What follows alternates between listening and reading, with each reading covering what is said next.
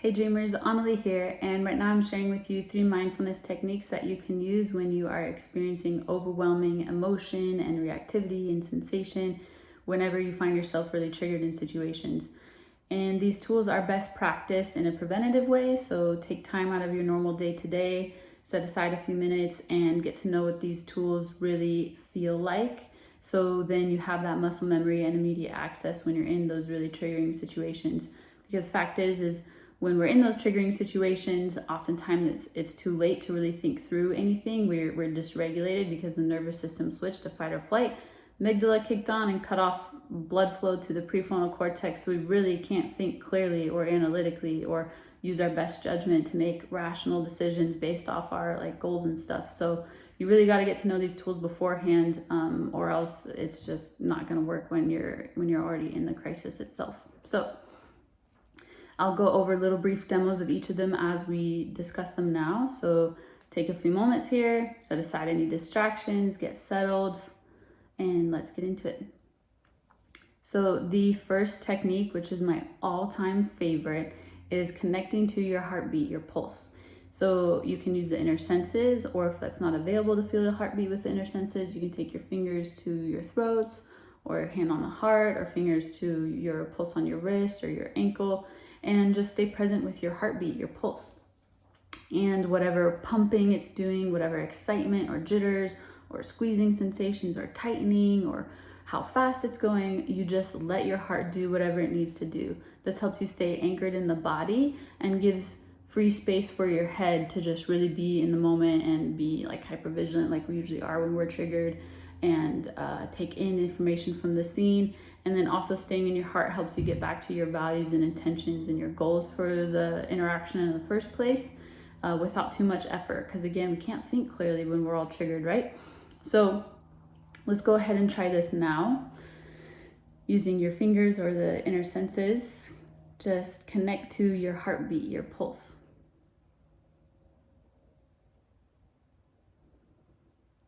Just feeling this blood flow starting at the heart center, pumping through all limbs, all parts of your body.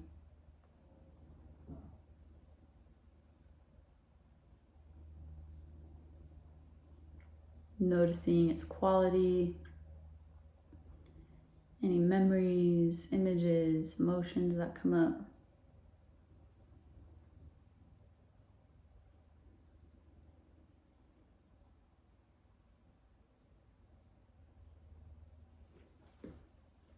And just stay with that pulse. Another few moments.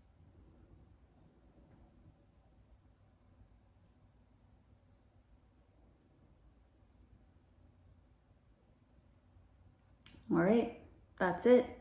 Again, it's my favorite, and this is definitely my go-to when I've been a first responder and walked into trauma in vivo, trauma phenomenologically unfolding before my eyes, like trauma in action. And this is super effective. So try that out. And let's get on to our next technique, square breathing. So this one, square breathing, holds the image, the visualization of a square. And so it's a pranayama breathing technique that comes from yoga, and it looks like a square. So pick a count that works for you based off of how you're feeling and how your breathing's going in that moment. So for example, 5, you can inhale for 5, hold for 5, exhale for 5, hold for 5. So inhale, hold, exhale, hold. And you go round and round the square like that. Maybe you take a certain amount of cycles, like 5 cycles, or you do it for a minute, or you just do it until you feel like that big tidal wave of reactivity has passed and you feel more back to your baseline, more anchored and at ease and able to respond. So do it however long makes sense for you. And then the counting can help you, can release a lot of the flooding that comes mentally as well. If you're able to just count simple, and in that simple pattern, it's calming for the mind as well. And you don't obviously have to do this square thing out loud with your hands as you're in the moment. But if it works for you, you can trace a square on your leg or on your arm, or just again trace it in your mind, the square. So let's try this together. And let's do 5. So inhale, exhale to clear, get ready.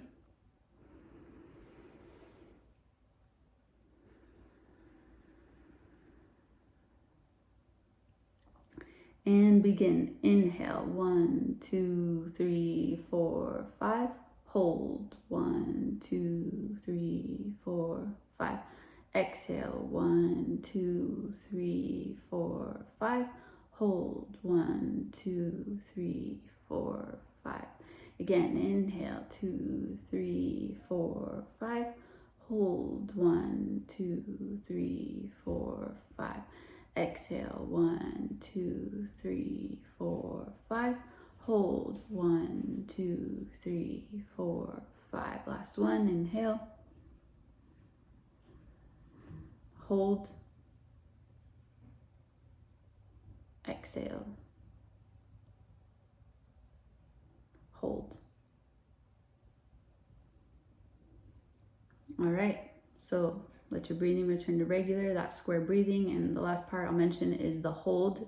This isn't where you tense and really tighten and constrict the body, where you give a lot of tension. It's like, imagine someone comes up behind you and gives your shoulders a nice little squeeze. It's like that good squeeze with that good release. That's what we're doing here. So letting the inhales and the exhales be really deep and soothing, and letting the body relax with those inhales and exhales. And when we're holding at the top of the inhale or holding at the bottom of the exhale, we just slightly contract to where it feels like juicy goodness. And this allows the oxygen and the chi, the nutrients from the breath itself, to really permeate into the cell walls of the lungs and your tissues and such, so you're getting more benefit, as well as stimulating the vagus nerve during those hold parts of the breath. So square breathing, number 2. Last technique I'll share now is to create space for the emotion or sensation inside your body. So oftentimes our first impulse when we feel a strong emotion or sensation is it's uncomfortable, it's overwhelming. So then we go up into our head and we use all kinds of faulty cross-wiring logic and thinking to try to override it. And what that does is just leads to more illness, more disease. Energy gets trapped in the body, and we prioritize mind over matter, and then we neglect the wisdom and sentience and guidance and intelligence of our bodies. So mindfulness, we often think like head, mind, cognitive thinking, but I'm not going to go off on too much more of a tangent, but there are so many political, socio-cultural, historical, religious reasons like why we've done that, and it comes at a severe price of being disembodied and dissociating and not being able to follow the wisdom of our bodies and our emotions. So the way I teach mindfulness is more like body mindfulness, and even in the heartbeat one that we did first, or the breath, the point is for you to actually stay in your body and allow yourself to hold a more tolerant capacity for these emotions and sensations without engaging in the defense mechanisms or trying to override it with our thinking, because that just doesn't work. And the last thing I'll say now is each of our emotions, they have a physical signature. So whether that's heat or electricity or chemicals, fluids, these emotions are very visceral and very literal. So we need to go more to where they're at in order to work with them. So this last technique, creates space for the emotion and sensation in your body, does just that. And what this looks like, for example, I'm in a situation, I get really triggered, then my shoulders tighten, my heart gets clumped or tight, right? And then I feel a burning ball or something in my throat. And then I am starting to experience anger, my thoughts and everything just getting more escalated and angry.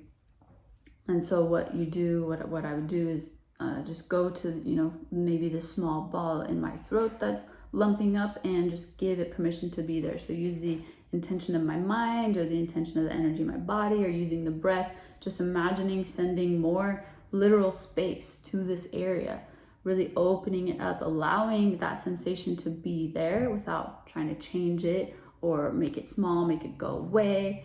I allow it to be there. And I do this until I feel like these strong emotions and sensations are no longer trying to steal control of the driver's seat from me. Until I feel like I'm more able to respond and come back to my values and intentions and goals for the situation.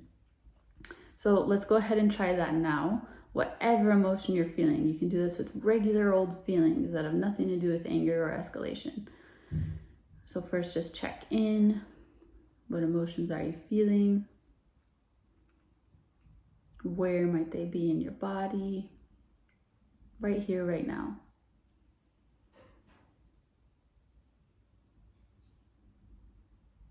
Once you pick one, or you can even pick a whole pod of one, or just, even a holistic sense of self, identify one area right now, and then go ahead and send more spaciousness, more expansiveness to that literal area.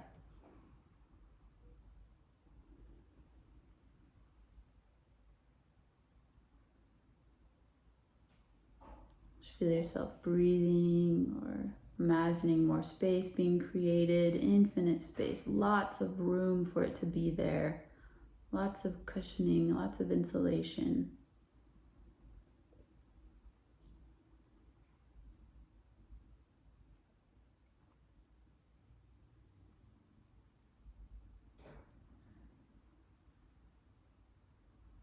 And just like that, that's the technique. So go ahead, release. And there you go. The 3 techniques: heartbeat, pulse, square breathing, and give space for the emotion and sensation in your body. Lots more, of course. I'll give you those for now. Practice them. Let me know how it goes. I always love hearing your experiences and processing any comments or questions. And of course, requests. Let me know what else you'd like to see. I hope this serves you, and take care.